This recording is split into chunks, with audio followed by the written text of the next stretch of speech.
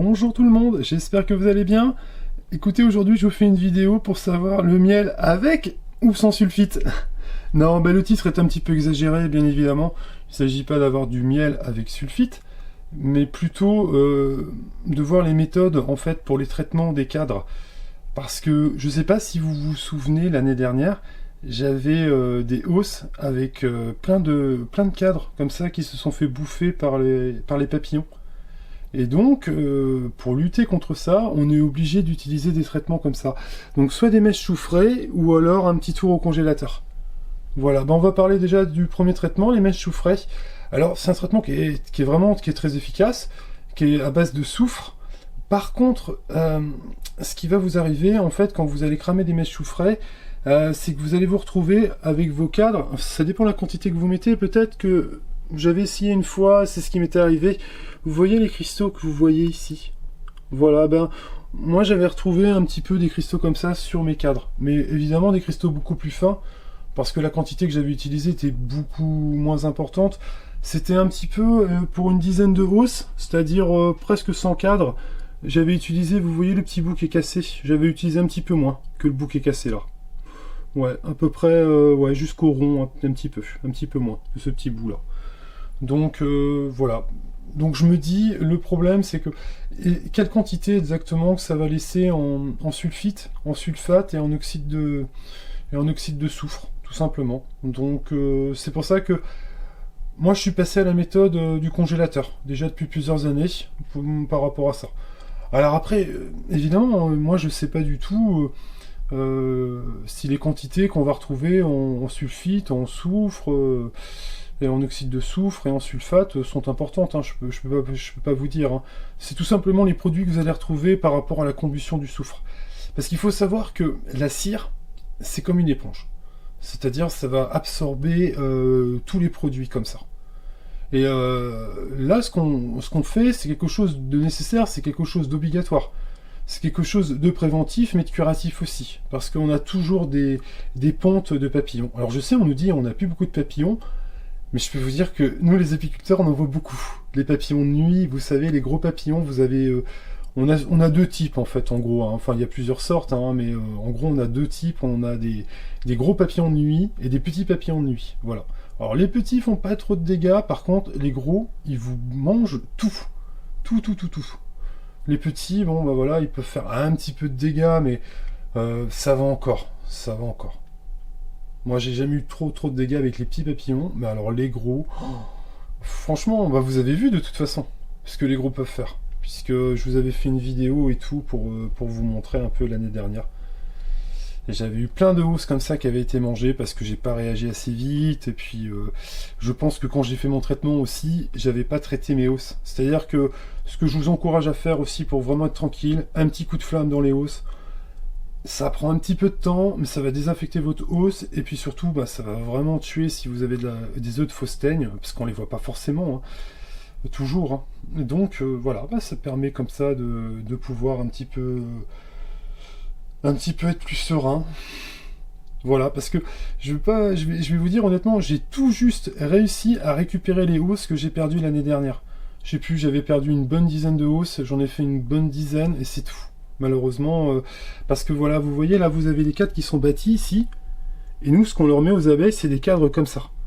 Donc ça, normalement, je les passe pas au congélateur. Hein. Là, je les ai mis au congélateur parce que c'est la dernière tournée du congélateur. Là, je viens de l'éteindre, et du coup, je les ai mis en tant qu'à faire, même si c'est absolument pas nécessaire, parce que si vous avez des cadres comme ça, les papillons iront plutôt pondre dans des cadres comme ça, et de préférence si vous avez du pollen.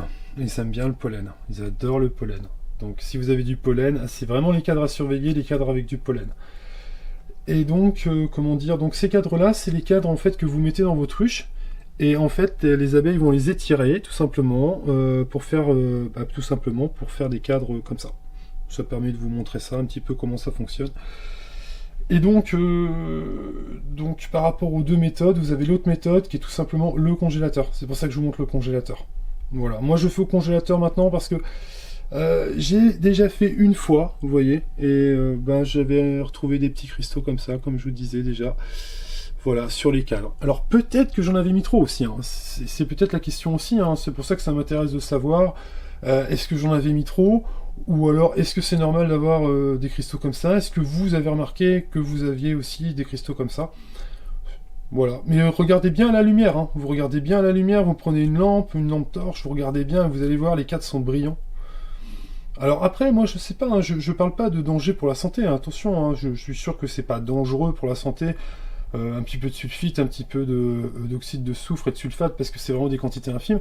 Mais voilà, bah, normalement il n'y en a pas dans le miel, donc après est-ce qu'on va en retrouver dans le miel ou pas, je sais pas du tout. C'est la question que je me pose. Donc c'est pour ça quand vous faites des traitements avec des mèches soufrées, pensez bien à en mettre juste un tout petit peu. Et regardez bien si vous avez des cristaux après ou pas. Parce que, ben voilà, est-ce que c'est vraiment... Vous savez, si vous avez un congélateur par exemple, et que vous avez une petite place dedans, toujours un peu, bah, vous mettez quelques cadres par quelques cadres, si vous avez une dizaine de ruches, que, admettons que vous ayez 20 ou 25 hausses, parfois c'est possible. Parfois, pour certaines personnes, c'est possible. Ça vous permet d'éviter ça. Après, je dis bien, hein, je sais pas les quantités, en fait. J'ai essayé de faire des recherches sur le sujet, mais j'ai pas trouvé grand-chose. Donc, je ne sais pas s'il y a des analyses déjà qui ont été faites ou pas. Même si, je vous dis, hein, il ne s'agit pas d'aller blâmer les gens qui font comme ça, parce que vous avez des gens qui n'ont pas le choix de toute façon. Moi, dans ce congélateur-là, vous voyez, bon, il n'est pas grand, j'arrive à caser, c'est combien 100 cadres pratiquement. 100 cadres de hausse, donc c'est pas mal. Donc évidemment, je dois faire, je sais plus combien, mais c'est plus de 10 tournées, hein, ça c'est sûr. J'ai pas compté combien j'avais de hausse, mais c'est au moins 12, 13 tournées, je pense, quelque chose comme ça.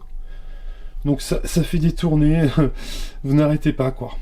Et puis parfois, vous avez des cadres en plus sur lesquels vous n'aviez même pas de miel, quoi. Hein. C'est des cadres, elles n'ont pas fait de miel dessus ou autre, donc vous les mettez quand même au congélateur, quoi, sans même avoir extrait quoi que ce soit, quoi. Ou alors un tout petit peu de miel parfois. Voilà. Bon, enfin, vous avez aussi des cadres aussi qui sont remplis de miel, hein. C'est comme ça. Hein. Donc, bah voilà les deux méthodes. Donc, c'est la méthode de mèche soufrée, voilà, on sait pas trop, ça peut laisser des traces quand même. Voilà. Mais après, est-ce que les abeilles nettoient et du coup, les traces sont vraiment infimes? Parce qu'il faut savoir que la cire, c'est comme une éponge, hein. Ça absorbe tout. Tout. C'est-à-dire que ça va absorber vraiment tous les produits chimiques, toutes les substances avec lesquelles vous allez la mettre en contact. Voilà, et après ça garde cette substance. Donc c'est pour ça que c'est un peu problématique la cire, faut faire attention. Et voilà, bon après voilà, je suis pas en train de blâmer certainement pas les gens qui font comme ça, hein, c'est pas du tout la question, mais c'est plutôt de se poser la question pour ceux qui ont peut-être la possibilité de faire autrement. Posez-vous la question et dites-vous, est-ce que peut-être je peux pas mettre quelques cadres dans mon congélateur, il me reste un petit peu de place, j'y avais pas pensé. Et ça pourrait être une bonne idée. Bon, comme ça, j'évite tout risque. Évidemment, on n'a pas de ruches qui vont mourir à cause de ça, hein, c'est pas la question. Mais bon, je me dis que voilà, c'est pour après les gens qui vont manger le miel. Moi, je mange mon miel et j'ai pas forcément envie d'après de me dire ouais, il peut y avoir des micro-traces de sulfite parce que voilà, d'origine il n'y en a pas, donc après. C'est certainement pas beaucoup, hein. C'est pour ça n'hésitez pas à mettre dans les commentaires ce que vous en pensez, hein, parce que même s'il y a eu des analyses ou des choses comme ça, si vous êtes au courant et que vraiment c'est vraiment probablement infime les quantités je pense, ou au contraire, hein, si au contraire vous pensez que ça laisse plusieurs traces et que ça laisse un petit peu dans le miel, n'hésitez pas à mettre ce que vous en pensez, voilà, ça m'intéresse. Parce que je vous ai dit... moi, je m'intéresse beaucoup aux maladies, je m'intéresse beaucoup aux pièges frelons, je m'intéresse beaucoup à plein de choses. Mais voilà, je connais pas tout non plus, et c'est pareil, moi, je cherche à apprendre aussi, à en savoir un petit peu plus. Voilà, mais dans le bénéfice du doute, je fais par le congélateur. J'ai fait une seule fois comme ça. Voilà, c'est la première fois que j'ai fait du miel, que j'ai récolté. J'ai traité mes cadres avec des mèches soufrées. Mais après, j'ai toujours fait par le congélateur, parce que, est-ce que j'en avais mis un petit peu trop? Je sais pas. Peut-être que j'en ai mis un peu trop, peut-être, vous voyez le petit bout qui est cassé, là, faudrait peut-être mettre que la moitié, moi j'ai mis un petit peu plus de la moitié, ou je sais pas, est-ce que c'est normal que je me suis retrouvé avec des cristaux de soufre Moi, c'était vraiment infime, hein, mais quand même on en retrouve, hein, un petit peu. Voilà, alors après, voilà, c'est une question comme ça, hein, c'est pas non plus... Donc le congélateur, l'avantage du congélateur, bah, c'est que vous n'aurez pas de traces comme ça, de sulfite, de feu d'oxyde de soufre ou autre. Ça marche vraiment super bien. Bon, là il est ouvert parce qu'il est éteint, c'est sa dernière tournée. Et d'ailleurs c'est pour ça que vous avez des cadres qui sont pas bâtis, hein, parce que bon, ils étaient là, je me dis allez hop, je les mets pour combler le congélateur. Et là c'est sa dernière tournée, après je l'éteins. Et donc c'est la dernière fois que j'ai à le remplir, à le vider. Et je peux vous dire, je suis content, c'est pour ça, je me dis je fais une vidéo, je suis content d'en avoir fini avec le congélateur. Va falloir quand même resurveiller les cadres. Peut-être qu'il faudra refaire une tournée cet hiver. Là, cette année, je vais resurveiller pour pas qu'il y ait de problème. Donc, si vous cherchez un congélateur, admettons que, par exemple, vous ayez plus de ruches, hein, et que vous vous dites, ah, bah, pourquoi pas acheter un congélateur pour faire ça. Bon, n'achetez pas un congélateur neuf, hein, ça vaut pas la peine.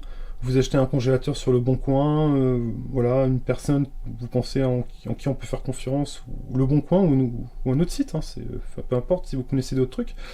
Voilà, et puis faut prendre un congélateur avec un gros pouvoir de congélation, parce que vous avez deux types, vous avez qui ont un petit pouvoir de congélation, et par rapport à ce que vous faites, ce qu'on va faire avec, vaut mieux prendre un gros pouvoir de congélation, ce sera beaucoup mieux. Et après, si vous achetez d'occasion, vous pouvez prendre aussi une marque de qualité qui sera vraiment bien pour ça, c'est Liebherr. C'est une très bonne marque. Voilà, je fais pas de publicité, hein. Forcément vous avez d'autres marques qui sont bien aussi. Mais vu que parfois quand on achète d'occasion, les différences de prix sont pas très importantes, on arrive à trouver des marques comme ça pour beaucoup moins cher. Donc c'est pour ça, Liebherr, moi c'est ce que j'ai acheté, ça marche vraiment bien, je suis content. Moi je savais après avant d'acheter. Hein. Mais voilà, ça permet d'acheter 3 fois, 4 fois moins cher qu'un produit neuf, quoi. Bon, en plus, un produit qui a quelques années, moi je sais que celui que j'avais acheté, il a servi 2-3 ans dans un restaurant. Le restaurant a fermé, et avec le Covid et tout ça, vous savez. Hein. Et donc, moi j'ai récupéré ça, voilà, c'est comme ça. Bon, je pense que je vais vous faire pas mal de vidéos. Là, j'ai plein de choses. Et puis surtout, j'ai plus d'excuses maintenant, parce que là, j'avais envie de vous faire plein de vidéos un petit peu en Bretagne, un petit peu en dehors de chez moi. Je pouvais pas le faire, parce que j'ai 2 voitures. Alors j'en ai une, je vous ai dit, bon, j'ai un petit accident avec, j'ai plus trop envie de m'en servir. Mais en plus, elle avait un problème de surchauffe. C'est-à-dire, je peux pas m'en servir pendant trop longtemps, parce que sinon elle surchauffe. Puis elle a d'autres problèmes, ainsi de suite. Donc je peux pas aller loin avec. Et l'autre voiture, elle déconne complètement. Alors je lui ai fait plein de cadeaux, une pédale d'accélération, une vanne EGR, une pompe à carburant. Et depuis, franchement, elle m'a remercié en roulant normalement. Elle va pouvoir m'emmener où je veux. Bon, elle déconne toujours un petit peu. Hein. Bon, ça, vous connaissez les voitures. Hein, ça. Une voiture qui a commencé à déconner, une voiture qui déconnera toujours. Je sais pas. Mais toujours est-il que je peux aller où je veux, voilà, sans crainte de quoi que ce soit, et c'est ça qui est cool. Donc je vais vous faire certainement d'autres vidéos sur d'autres choses aussi un petit peu. Voilà, je pense dans les prochaines semaines, je vais peut-être vous faire 1 à 2 vidéos par semaine, parce que je vais aussi vous faire des trucs aussi sur les ruches, on va retourner voir les pièges frelons, tout ça, comment ça se passe, si ça a beaucoup piégé ou pas, voilà. Voilà ce que je voulais vous dire, et sur ce, je vous souhaite une bonne semaine, et puis des bonnes vacances, si vous êtes en vacances. À bientôt!